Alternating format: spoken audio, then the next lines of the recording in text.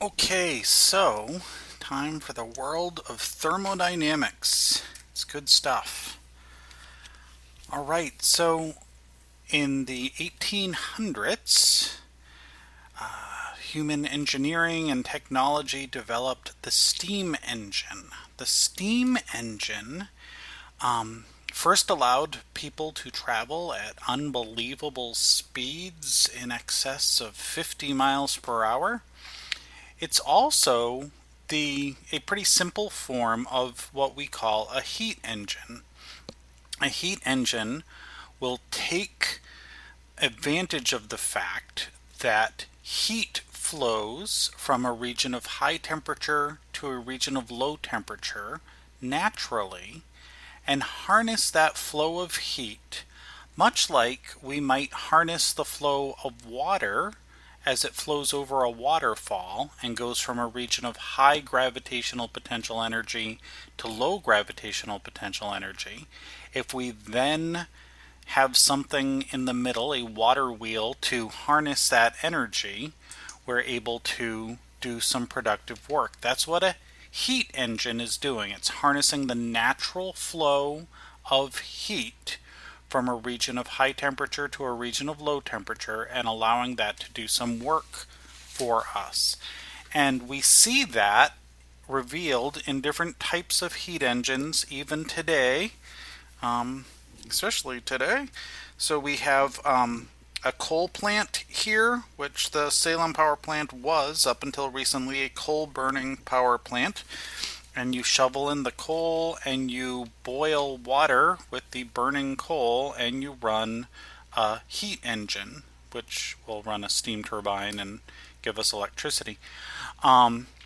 Likewise, a nuclear power plant, you have a hopefully controlled nuclear reaction that boils the water, and when it boils the water, it runs the turbine and produces electricity.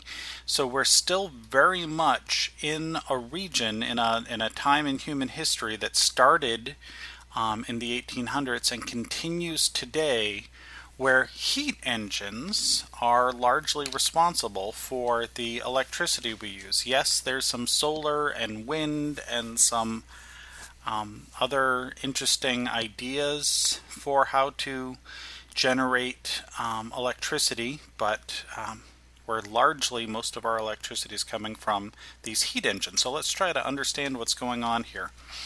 So we talked a little bit about internal energy of a gas. The internal energy of a gas will be proportional to its kinetic energy at a given temperature. So kinetic energy equals 3 halves kT. So if we have a bunch of gas molecules, then each one of them will have a little dose of that 3 halves kT, so 3 halves nkt. Or if we wanted to do it in terms of number of moles, we could do 3 halves nRT. But we have the internal energy of a gas that is related to the temperature of that gas. It's pretty straightforward. So with a steam turbine or other ways of accounting for work, maybe we can just go with the simple definition of work for now, which is you apply a force over some distance, and if the force is equal to the weight of the object, then work equals mgh, just like gravitational potential energy equals mgh.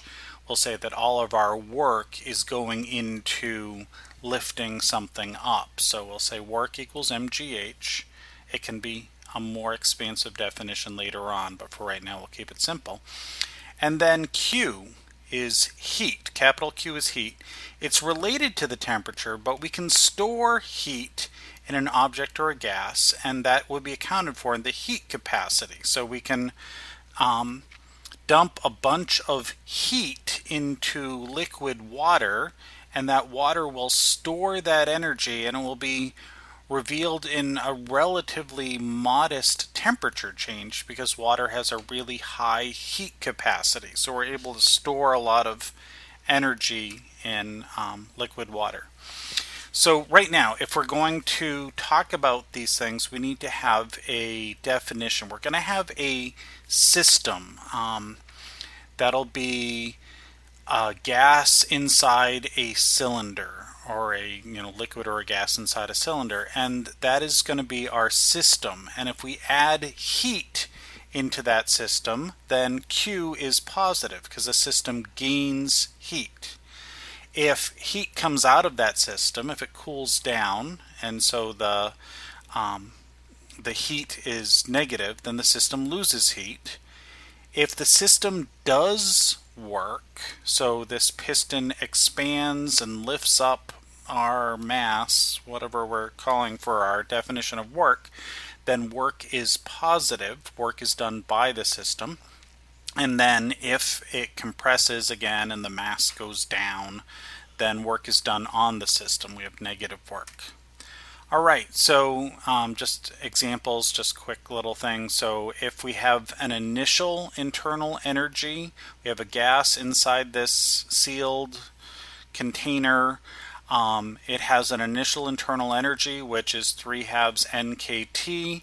If we add heat into that system, then we get a final internal energy, and we can actually know what the new internal energy is if we know how much heat we added, because the final internal energy equals whatever the initial internal energy was plus the heat that we added. So we're getting this all together. Also in terms of work, so we have this gold bar or slab of butter, I'm not sure what it is, with this movable piston, and for right now we'll ignore the mass of the piston itself and just have the gold bar on top that we're lifting up. So we're doing mgh work on this thing.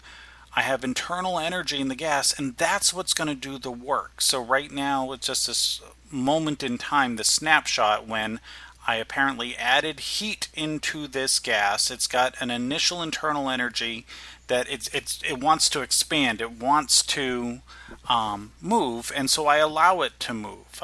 Maybe I was holding this down for a moment and I took my finger off, and it expands and it lifts up the mass. Now, from that internal energy in the gas, I did the work. So the final internal energy of the gas is whatever the initial was. It was huge, it was really big, and then I took out of that collection of energy work. So initial internal energy minus the work that I did is the relationship between work and internal energy. This brings us to the first law of thermodynamics. So remember, from Newton's laws, there were 3 Newton's laws.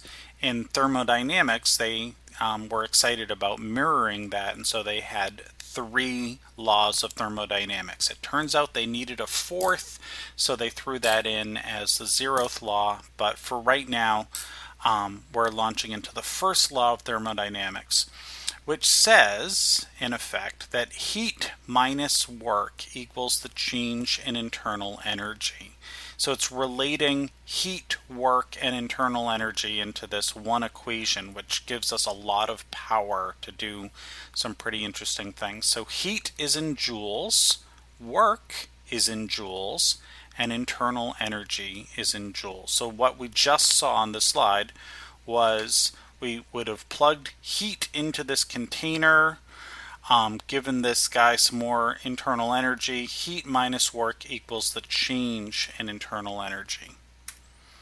All right, so you can kind of see this if you're running on the beach. Maybe I would rather have this person running up a hill, since we said mgh is our work. But this person is metabolizing whatever food they ate for breakfast, so they're losing heat off to the environment. They're sweating as they're running down the beach.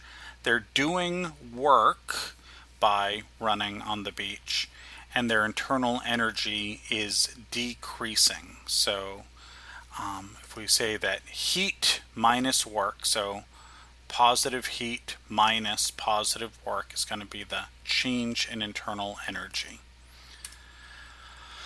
All right, ideally, all of this would be reversible. So I could have a case where I place my gold bar on top of my piston. It compresses the gas. So I'm doing work on the system. When I do work on the system, the internal energy of this gas would increase.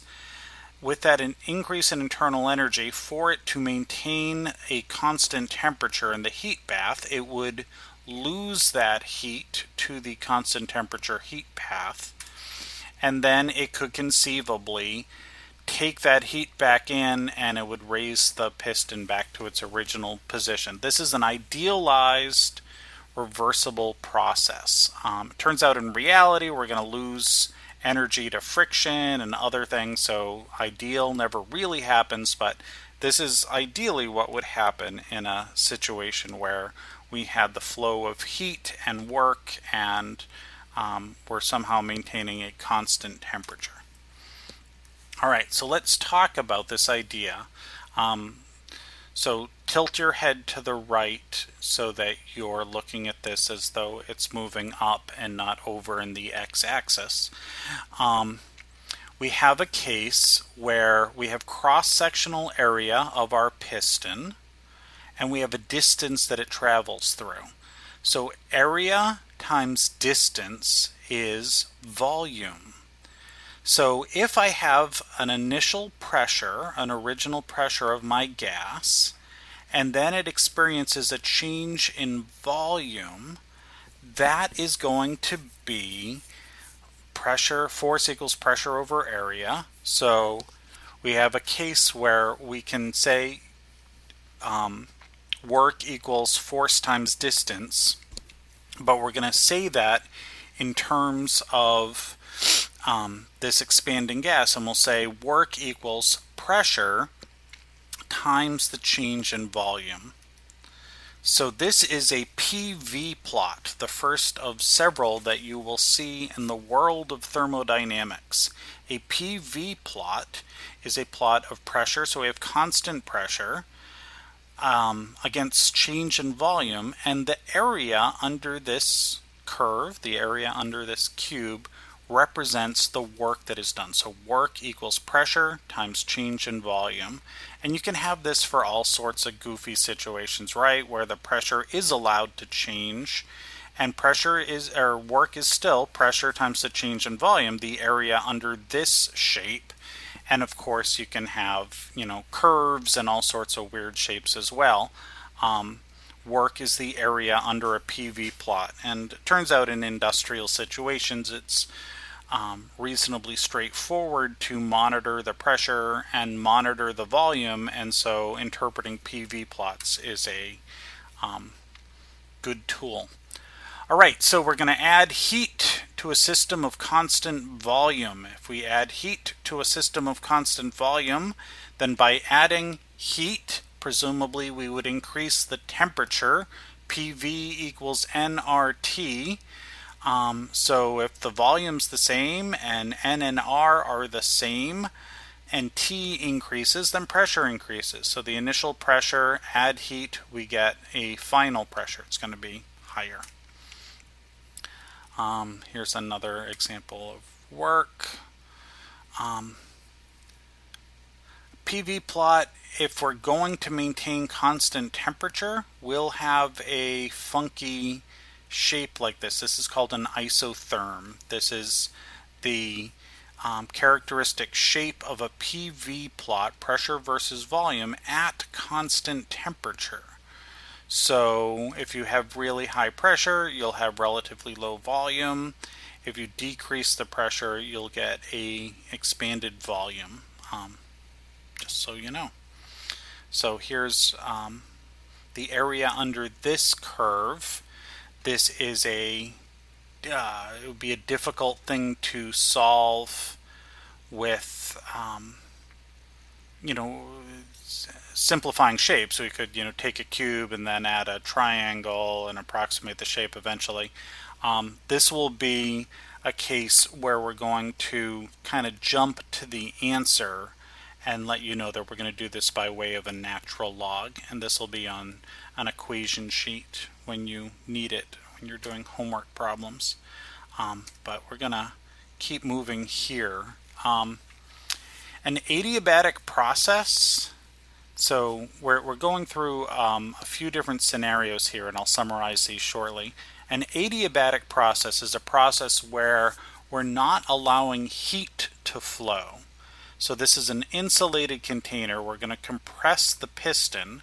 When we compress the piston and we don't allow heat to flow out and this to regulate its temperature, then when we compress the piston, both pressure will increase as well as temperature will increase.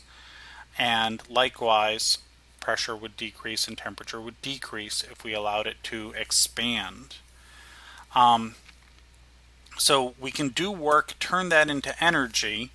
That's the idea behind a fire syringe. When you compress the piston, what you will do is take this room temperature air and turn it into high temperature air. And if you had a piece of paper in there and you did this rapidly and didn't allow the heat to escape, that increase in temperature would bring you to the flash point of paper, and the paper would spontaneously burst into flame. It's kind of neat when it works.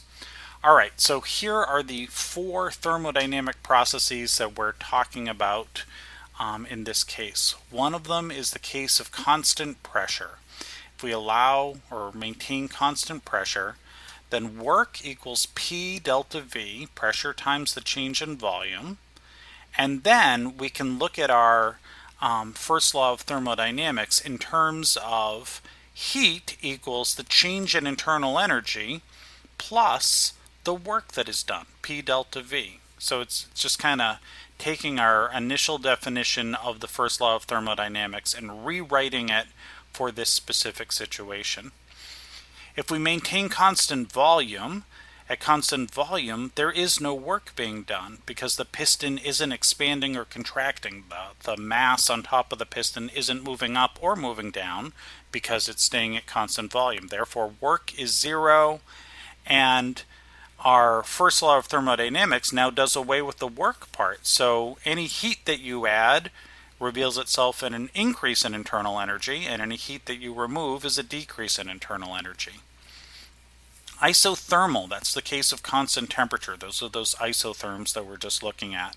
When we do work, it reveals itself in heat. So either heat increases or decreases. Heat goes into or out of the system because there is no change in internal energy. So again, we're kind of looking at the first law of thermodynamics, this time without the internal energy. So Q equals P delta V, Q equals work. And then finally, adiabatic with no heat flow. If we take the Q part out of it, then work equals the negative times the change in internal energy. So the internal energy will decrease if there's positive work and increase if there's negative work. So we have an opposite sign on that one. Okay, heating at constant volume. We don't need to worry about this right now. It turns out that the heat capacity of a substance is different if you are maintaining constant volume versus constant pressure, but that's not a concept we're gonna worry about for our course right now. All right, heat engines. Do I just keep going? Yeah, I'm gonna just keep going. Heat engines. Schematic for a heat engine. We have a high temperature reservoir. We're going to extract some heat from the high temperature reservoir, the hot reservoir. We're going to put that into some sort of an engine. That engine will do work for us. And as it does work, that hot region will now be waste heat. And we have to do something with the waste heat. We just can't have it sitting there in our engine or our engine will stop working. We have to dump our waste heat into the cold temperature reservoir and then run it all over again. This is a schematic for a heat engine. If you've noticed, power plants, the Salem power plant was coal burning, now it's converted over to natural gas. That power plant is located on the harbor next to the ocean. The ocean is our cold temperature reservoir. We need to dump the waste heat somewhere, and we dump it into the ocean. If you notice anywhere, there was a nuclear power plant in Japan that was having some serious problems with the earthquake and tsunami. Well, that was located right on the ocean. Why is it located on the ocean? Because it needs a cold temperature reservoir to dump its waste heat into when it's functioning properly. Any 3 Mile Island, any nuclear power plant, any other kind of power plant that you would see has some cold temperature reservoir. A steam engine, a steam locomotive, is using atmospheric, just the regular air around it as its cold temperature reservoir. Makes it a little bit less efficient. What else? Your automobile, as you're driving down the street, it has coolant running through it, but ultimately it's losing its excess heat to the surrounding air. And if it's really, really hot out, sometimes your car will overheat because it's not able to dump its excess waste heat anywhere, so it overheats. So schematic of a steam engine, nuclear power plant, coal burning power plant, natural gas power plant, or a choo-choo locomotive steam engine. You have a boiler. That's where you're going to boil the water. The water absorbs a lot of heat, eventually turns into steam. That has a lot of energy. That steam will go in and it will expand and push the piston out. This is part of some mechanical mechanism where the piston's going to go in and out, in and out. That's how the train will work. That's how your car works. That's how a power plant will work. It'll push the piston out. The piston will come back in. We have this mechanical thing going on. As the steam expands and pushes the piston out, well, we're taking its initial internal energy, doing work, giving it a final internal energy that's lower than it was initially. That lower energy steam will condense back into water. We'll pump that water back up into the boiler, add energy to it again, and have it go through the process over and over again. That's the basic schematic of a steam engine. So we have the high temperature reservoir, going to do work, and then dump the waste heat into a cold temperature reservoir. Turns out that the work that's done is QH minus QC. And then when we want to talk about efficiency, it turns out that these steam engines, heat engines, are substantially inefficient. You can, I think you would know, run a heat engine in reverse. So here's our standard heat engine. Extract heat from the high temperature reservoir, do work, dump waste heat into a cold temperature reservoir. This happens harnessing the natural flow of heat from high temperature to low temperature. And we're extracting work out of the process along the way.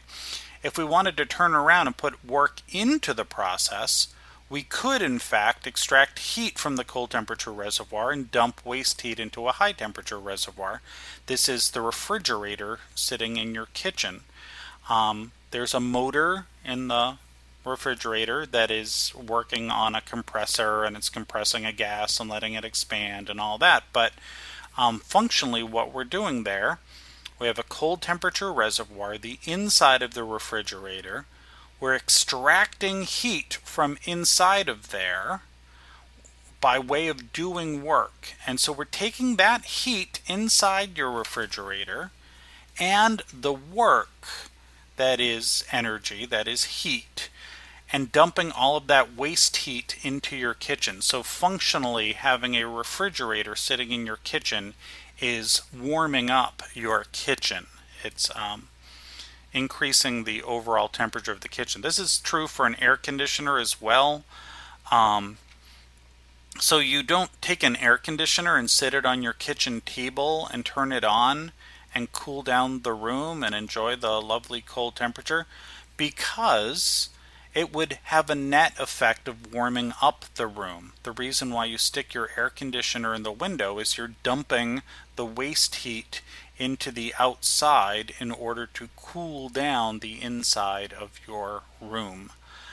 That's how an air conditioner works.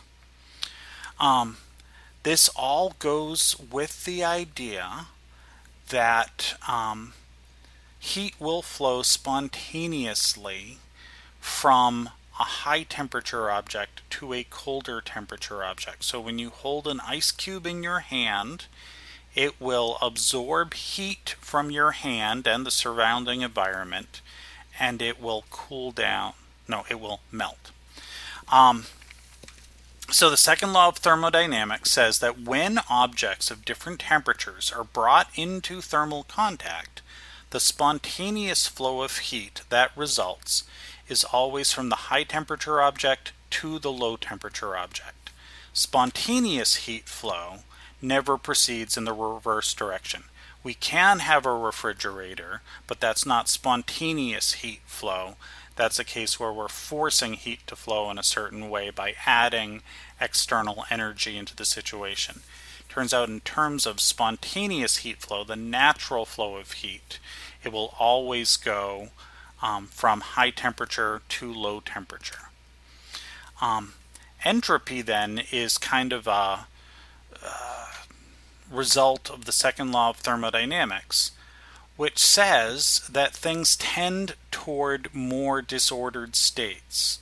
So solid ice naturally will absorb heat and turn into liquid water. That liquid water is more disordered than the solid ice. That liquid water will spontaneously, absorbing heat, turn into a gas phase water, which is then even more disordered. So entropy is a mass measurement, and the change in entropy is Q, the heat that is involved, divided by the temperature in Kelvin for that process. So if we're talking about ice turning into liquid water, we can talk about the latent heat of fusion, so how much heat that ice must absorb in order to turn into liquid water at a temperature, and it's in Kelvin, so it's not 0 degrees Celsius, but it's 273.15 Kelvin. And the ratio there, the heat divided by the temperature that this event takes place at, represents the change in entropy for that event. So entropy is not conserved. If we look at this, if we do Q over T for both of these processes, Q over T for the high temperature reservoir, well, the high temperature reservoir is losing heat, right? So it's a decrease in entropy of 1050 divided by 576.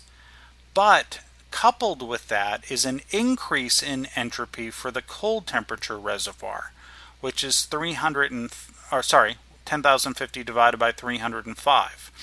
This fraction, 1050 divided by 305, is a bigger number than 1050 divided by 576. So the whole event represents an increase in entropy, a more disordered state.